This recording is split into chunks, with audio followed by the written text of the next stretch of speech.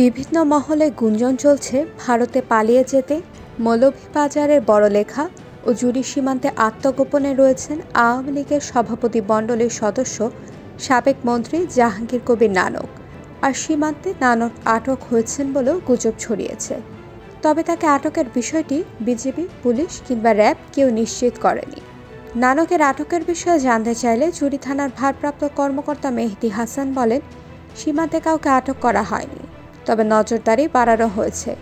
এ বিষয়ে জানতে চাইলে বিজেপি 5-2 ব্যাটালিয়নের অধিনায়ক লেফটেন্যান্ট কর্নেল মেহেদী হাসান বলেন, বিজেপির কাছেও এ ধরনের গুঞ্জনের খবর রয়েছে, তবে এখনও নিশ্চিত কোনো তথ্য মেলেনি। বিষয়টি জানার পরে সীমান্তে বিজিবির টহল জোরদার করা হয়েছে। জানা গেছে, গত শনিবার শ্রীমঙ্গল থেকে ঢাকা দক্ষিণ সিটি কর্পোরেশনের কাউন্সিলর ও আওয়ামী লীগ নেতা BM সিরাজুল ইসলামকে যৌথ বাহিনী আটক করে। এরপর অনেকের মুখে শোনা যায়, শেখ হাসিনার অপকর্মের অন্যতম সহযোগী জাহাঙ্গীর কবির নানক ভারত পালিয়ে যাওয়ার অপেক্ষায় মৌলভীবাজারের বড়লেখা ও জুড়ি উপজেলার সীমান্ত এলাকায় আত্মগোপনে রয়েছেন। কেউ কেউ বলছেন, তিনি বেশ কয়েকদিন ধরে ছদ্মবেশে শ্রীমঙ্গলের চা বাগান এলাকায় অবস্থান করেন। সীমান্ত অতিক্রম করতে না পেরে জুড়ি উপজেলার লাঠিটিলা ও ফুলতলা সীমান্ত অতিক্রমের চেষ্টা চালিয়ে সফল হননি।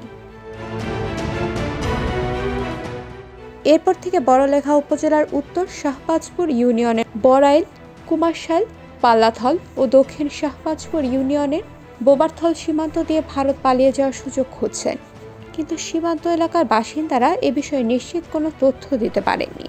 বড়লেখা উপজেলার উত্তর শাহবাজপুর ইউপি চেয়ারম্যান রফিকুদ্দিন আহমেদ বলেন, তিনিও এমন গুঞ্জন শুনছেন, তবে কেউ সঠিক তথ্য দিতে পারছেন না। তিনি মনে করেন, সীমান্ত এলাকায় বিজিবির চিরুনি অভিযান চালানো উচিত। এদিকে মৌলভীবাজারের জুড়ি উপজেলার ফুলতলা সীমান্তে আওয়ামী লীগ নেতা জাহাঙ্গীর কবির নানক স্থানীয়দের হাতে আটক হয়েছেন বলে লোকমুখে খবর ছড়িয়ে পড়ে।